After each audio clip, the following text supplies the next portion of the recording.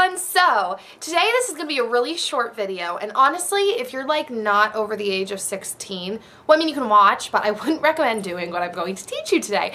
But what I'm going to show you is a easy way to kind of combat split ends, especially if you're trying to grow your hair out, to kind of keep you from having to go in for a trim as often. Now, the reason why I'm telling you that you might not want to do this if you're under like 16 is because we're going to be using scissors.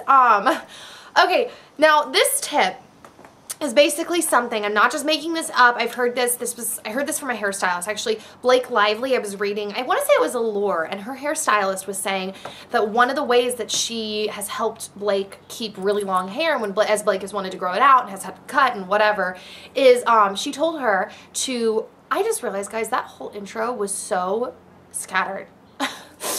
Oh, I make these incomplete sentences and then I just keep talking. Okay, so she told her to buy a pair of scissors, which I have right here. I purchased these from Target. I could buy them without the cover or with the cover. Buy them with the cover, because here is what you're going to do. She told her that every time she is out somewhere and she's looking at her hair and she notices a split end, to take out her scissors and cut it off. Now, here's the reason why I really think you should be 16, is because you could severely mess up the shape of your hair, you could end up cutting off a lot of your hair, and when she says to cut off, sorry, I'm putting that down, these split ends, she literally just means like the split end, okay? And this is not in place of a trim, so let's say you've already had your hair trimmed, but you're starting to get some split ends. That's what this is. And the reason I say to get a case is because, like she said, you want to have it thrown in your purse. So if you're out somewhere and you're in the car and you're about to get out and you're like, oh wait, there's a split end. So I'm going to demonstrate for you how tiny this little cut is. And I'm really hoping you can see this on the camera because it's minuscule, it's tiny, and this has been amazing for me. And you can get carried away, kind of like picking blackheads at your nose, although picking at your nose is really, really bad, and this is actually good. But you get the point. And you don't want to get carried away, but I'm talking a lot. I'm just going to go ahead and show you.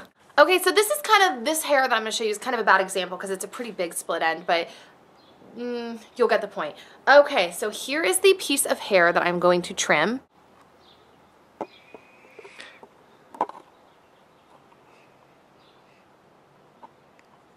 Now I'm going to take the scissor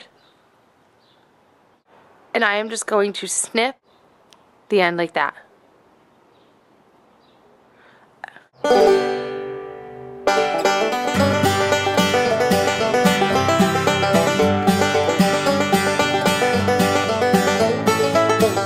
Okay guys, so I don't know if you were able to see any of that. I closed up as much as I could, but basically the moral of the story is, if you're, I'm going to show you in a bunch, okay? Let's say this is one strand of hair. I know I'm showing a bunch. And you have a split end. You would like literally trim off like that much. Like it's the tiniest amount. It's literally just the tiny little split end. You don't want to cut your hair because you're going to end up changing the shape of your hair if you do that, and then it's just kind of pointless, which eventually you could end up kind of changing the shape of your hair doing it this way too, but you just want to do so minuscule that it doesn't, and then over time you'll get another trim. Make sure that they are actual hair cutting scissors, by the way, not just whatever you have lying around the house. Otherwise, you'll create a tiny rip rather than a clean cut. So that is it. I hope this tip was helpful.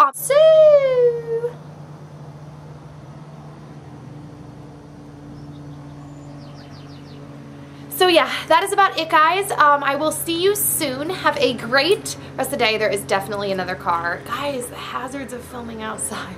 What'd I do for you? You staring at me like a freak as he drives away. Go away. Bye.